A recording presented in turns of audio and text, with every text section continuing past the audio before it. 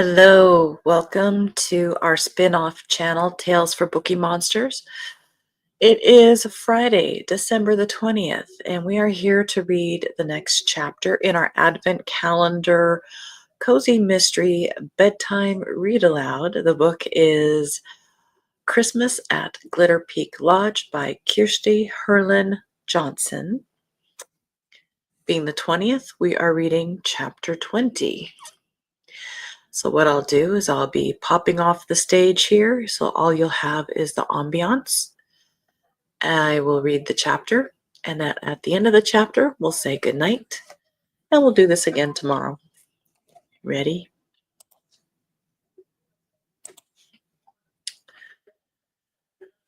December 20. Borghild Berg was closing the large book she had in her lap when the library door opened and Ingrid came in. Good morning, Ingrid. Good morning, Nana. Ingrid looked determined as she crossed the room with long strides.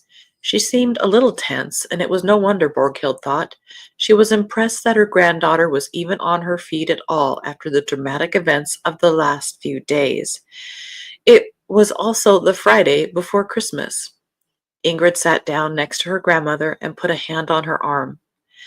Nana, I went to see Freya Wilkins yesterday. She's almost unrecognizable. It seems like she's in shock. She was so quiet. It was totally unlike her. But she said something that made me curious. She mentioned a picture of her mother. She said she had to see it again.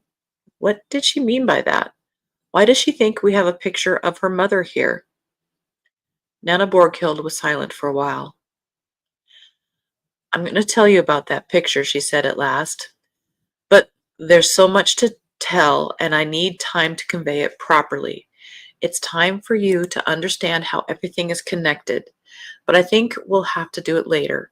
There are so many interruptions here, and new guests will be arriving soon. I'll be able to explain it better when we're not so busy. This statement didn't make Ingrid any less curious, but Nana Borghild was probably right.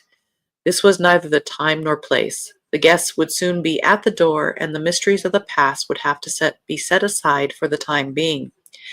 The future of the hotel depended on the guests who were expected soon, no matter what stories were hidden behind old paintings and no matter what nefarious plans Hallgrim Dallin and his cronies might have. Ingrid, Borghild, and the staff needed to concentrate on what they could do now. For this pre-Christmas weekend, Ingrid had made arrangements with Dallin Transport for a bus from the train station for the guests who weren't driving their own cars, and one family was expected on the train arriving in Dallin at 10:04 a.m.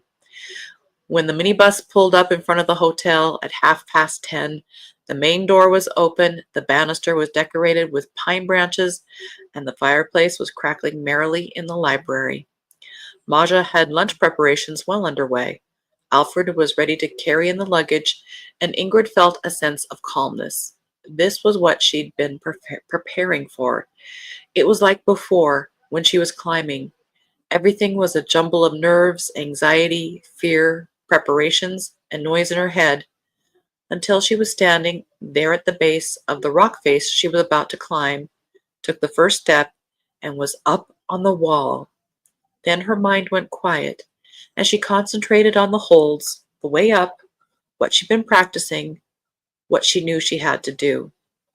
And what she had to do now was welcome the guests and make sure they found their rooms, were fed, and felt well taken care of. She waited for them at the reception desk, inhaled the scent of the pine needles from the decorations and the gingerbread in the baskets on the tables, and put on her warmest smile. Welcome to Glitter Peak Lodge. Suddenly, Nana Borghild was standing next to her. Ingrid almost jumped. She'd been so lost in her thoughts, she hadn't even noticed her grandmother had come out. This isn't half bad, is it? Borghild asked. Being able to welcome people like this? Ingrid pulled her grandmother close. Nope, not bad at all, she said. A couple of Japanese tourists who'd been disappointed when they found out there were not, in fact, any polar bears on mainland Norway had nevertheless gotten some consolation when they came to the library and found Barry, with whom they could take pictures. He was almost as good as a polar bear. and Ingrid told them they might even be lucky enough to see reindeer when they were here. Surely that must be just as exciting. And the northern lights, they asked? Yes, they shouldn't discount the possibility of seeing those either. She couldn't guarantee anything, but sometimes they did sparkle beautifully over the mountains up there. She showed them an app where you could check the probability of seeing the northern lights wherever you were. The tourists were busy with that until the food was served. They'd never had so many guests for lunch before. In addition to the new arrivals, the veteran guests, Pia P. and Mr. and Mrs. Wilkins, were sitting at a separate table. Freya seemed to have recovered at least somewhat. Her blonde locks were brushed and sprayed into place, and she was wearing a colorful knitted sweater. She was taking careful bites from a plate of mountain trout with cucumber salad. After the regular service was over, Nana Borghild and Ingrid ate in the kitchen with Hussein and the rest of the staff. Hussein had insisted on going to school even though he was exhausted from everything he'd been through and had splints on both his wrist and ankle. After all, it was the last day of school before Christmas. He'd come home with a colorful card from his classmates. "Get well, Hussein. You're awesome." And a bag full of Christmas decorations that he'd made himself. Ingrid promised he'd get his own small Christmas tree that he and Aisha could hang them on. She made a mental note to ask Alfred to get one tomorrow when he'd be going out to get the big Christmas tree with the guests anyway. The afternoon passed quickly. She glanced at the clock. It was already past 4. She hadn't heard from Vigard yet. He said he was going to text when he and David left Oslo, but she knew that it would take some time. It would probably be pretty late when they finally got here, but there wasn't anything she could do about that.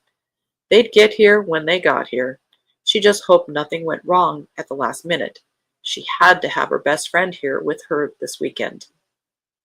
It was 9:30. The dinner service was over, and many of the guests had made their way to the bar, while the oldest and youngest had retired to the rooms.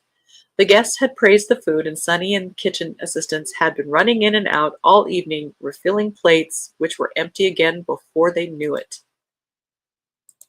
Maja was red in the face from exertion, but now the rush was over, and she and Ingrid were the only ones left in the kitchen.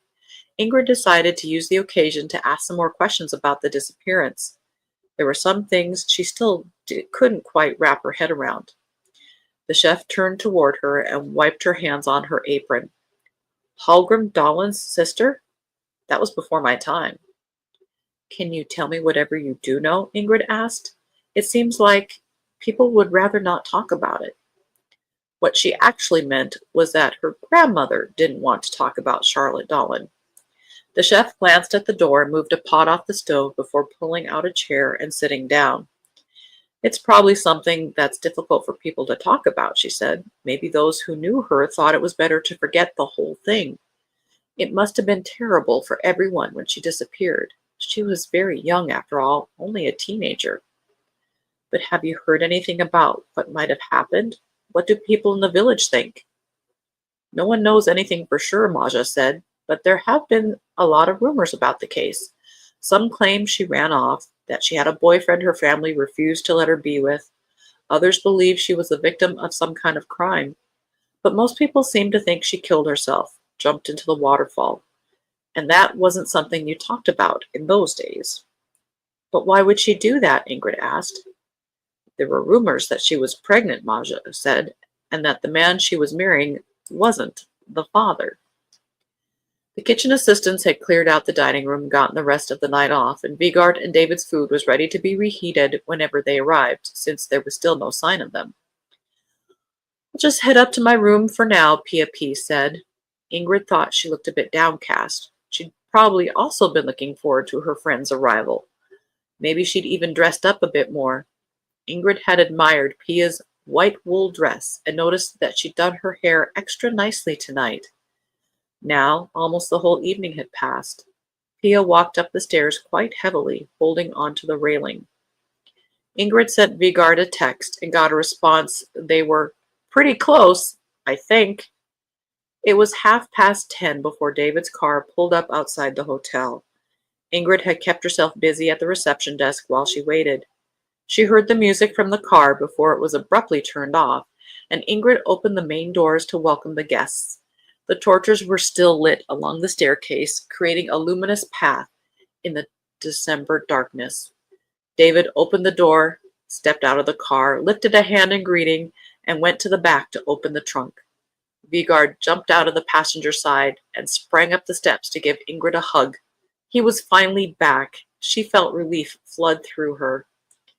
"You'll be staying in the Peer Gynt suite," she said as she hugged David. She handed him a key card.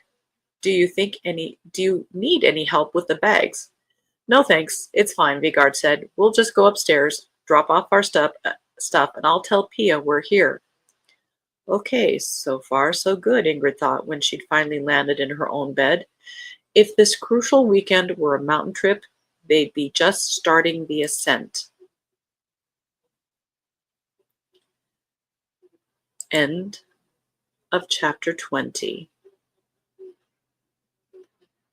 We'll do chapter 21 tomorrow evening. Thank you for listening. Have a good night. God bless.